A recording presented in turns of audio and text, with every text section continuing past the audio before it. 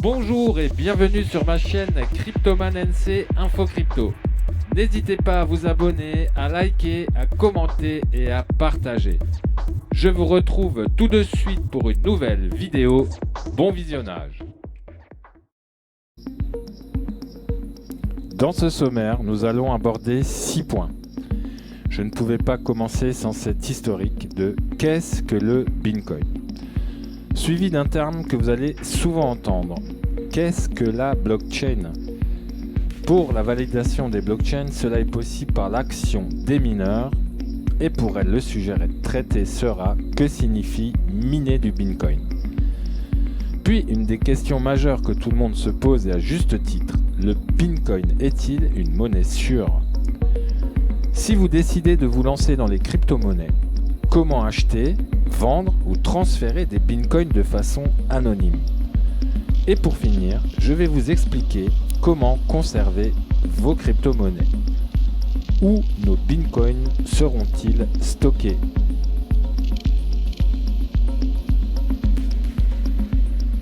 Qu'est-ce que le bitcoin? Le bitcoin est une nouvelle forme d'argent numérique créée en 2008 qui fait partie des crypto-monnaies aux crypto-devises, l'ensemble des monnaies digitales. Son abréviation est BTC et il apparaît sous la dénomination XBT sur les plateformes de bourse de change en ligne. Contrairement à l'argent classique, euros, dollars, etc., émis et régulé par des banques et gouvernements, le Bitcoin fonctionne sans autorité centrale, donc de façon décentralisée. Les transactions ainsi que la création de Bitcoin se font de façon collective par le réseau Internet sans intermédiaire. Le Bitcoin reste virtuel, vous ne pouvez obtenir de pièces ou billets en Bitcoin. Il permet des transactions rapides entre ses possesseurs, vous, autres possesseurs de Bitcoin, magasins en ligne, etc., des paiements à l'international avec peu, voire pas de frais de traitement.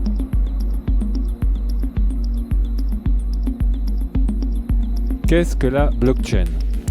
Intimement liée à la création du Bitcoin, la blockchain, autrement dit en français chaîne de blocs, est l'équivalent d'un livre de compte numérique et public dans lequel est inscrit tout ce que les possesseurs de Bitcoin achètent et vendent, ce qu'on appelle donc les transferts, depuis sa création du Bitcoin. Aucun nom n'y est noté, uniquement de longues suites de caractères. Cette chaîne permet de tracer un historique complet des transactions et de vérifier leur validité. Cette blockchain est actualisée continuellement et stockée sur des ordinateurs dans le monde entier de façon décentralisée. Que signifie miner du Bitcoin? Contrairement aux devises, euros, dollars, etc., aucune banque centrale ne produit du Bitcoin. C'est un ensemble d'ordinateurs disséminés dans le monde entier qui sont rémunérés pour vérifier les transactions Bitcoin. On parle de minage. Le minage est donc le processus qui utilise la puissance de calcul informatique afin de traiter et synchroniser les transactions tout en sécurisant le réseau. Si vous souhaitez en savoir plus sur le minage de crypto-monnaies et commencer à miner sans achat de matériel spécifique, il suffit d'aller sur certains sites pour savoir comment miner. Le Bitcoin est-il une monnaie sûre? Le Bitcoin a pris ces dernières années énormément de valeur. De nombreuses personnes ont gagné beaucoup d'argent grâce à cette nouvelle monnaie. Mais il est aussi sujet à de grandes variations, parfois rapides et brutales, à la hausse comme à la baisse. Pour cela, il faut consulter son cours actuel. Comme toute monnaie au titre boursier, sujet à la spéculation, nul ne peut prédire si le cours du Bitcoin va encore monter, plafonner, voire s'effondrer. Une chose est sûre, vous ne devez acheter des bitcoins qu'avec de l'argent dont vous n'avez pas besoin, car en crash de bitcoin, celui-ci ne doit pas avoir de répercussions sur votre vie actuelle ou celui de votre famille, comme je vous l'avais dit précédemment. Il s'agit d'une monnaie donc spéculative et volatile, dont la valeur repose sur la confiance.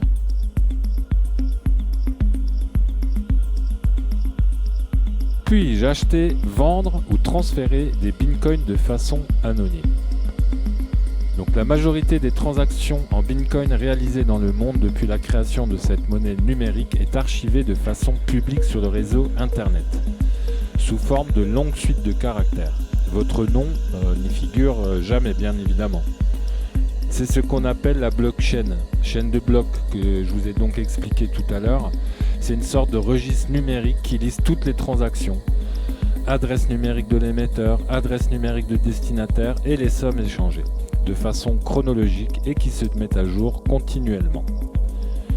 L'identité de l'utilisateur donc reste inconnue et anonyme tant qu'il ne communique pas ses données sur un site d'achat en ligne par exemple. Si vous souhaitez conserver un anonymat complet, il peut vous être utile de créer une nouvelle adresse Bitcoin à chaque transaction, envoi ou réception et d'éviter les sites qui vous demandent des données personnelles. En isolant ainsi chaque transaction avec une adresse numérique différente, il devient impossible de retracer l'entier des transactions et du solde de l'utilisateur. Vous pouvez de plus créer plusieurs portefeuilles Bitcoin en fonction de l'usage que vous en faisiez. Pour les plus initiés qui souhaiteraient protéger leur adresse IP, numéro d'identification de votre ordinateur ou téléphone et acheter du Bitcoin encore plus anonymement, je vous recommande de vous renseigner via les moteurs de recherche. Dans cet onglet, je voulais également vous parler de comment acheter, vendre et transférer donc vos Bitcoins. Et il y a plusieurs façons d'obtenir les Bitcoins. Donc en premier, je dirais, c'est en acceptant comme paiement pour des biens ou des services. Donc vous vous faites payer en Bitcoin en tant que privé ou professionnel.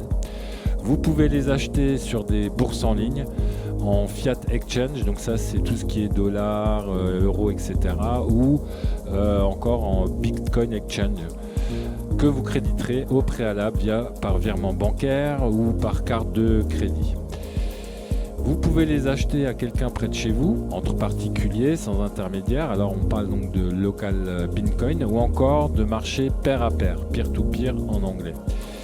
En les gagnant gratuitement sur des sites faussés à Bitcoin, donc c'est des robinets, en français on appelle ça des robinets à Bitcoin, où vous pouvez gagner des Bitcoins gratuitement. D'ailleurs, au passage, ça fera l'objet d'une de mes prochaines vidéos. En minant des Bitcoins grâce à des extensions gratuites que vous pouvez installer sur votre navigateur. En participant à des ICO, Initial Coin Offering, donc ça pareil c'est un sujet très long à développer. En prenant part à des airdrops, pareil un sujet à développer. Ou en minant des crypto-monnaies grâce à des logiciels de minage.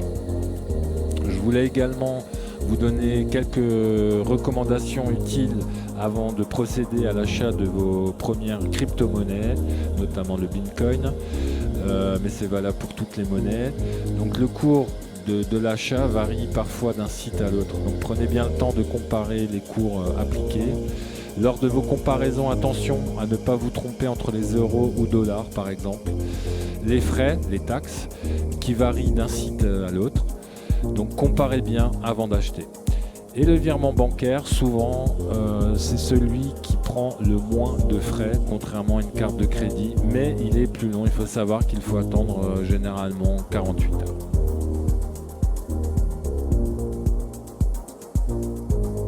Le dernier point que nous allons voir ensemble, où sont stockés vos Bitcoins. Pour ceci, il vous faudra un portefeuille Bitcoin qui se fera via deux clés numériques, une privée et une publique. Comme tout mot de passe, il faut éviter d'écrire sa clé privée sur une feuille dans un fichier disponible facilement sur votre ordinateur ou encore de la communiquer par email. La clé privée est une information secrète qui vous lie à votre portefeuille grâce à une signature cryptographique qui elle-même est codée. Dans le cas où une personne arriverait à s'emparer de votre clé privée, elle aurait accès à tous vos Bitcoins. Votre clé privée se trouve sur le disque dur de votre ordinateur lorsque vous utilisez un portefeuille logiciel. En cas d'utilisation d'un portefeuille web, la clé est stockée sur leur serveur en ligne. Et la solution la plus sûre, à mon sens, consiste de stocker sa clé sur un portefeuille matériel crypté, autrement dit un hardware wallet. Et voilà, nous arrivons à la fin de ma première vidéo et j'espère que celle-ci vous aura plu et vous en aura appris un peu plus sur le Bitcoin et de ce qui s'en rattache.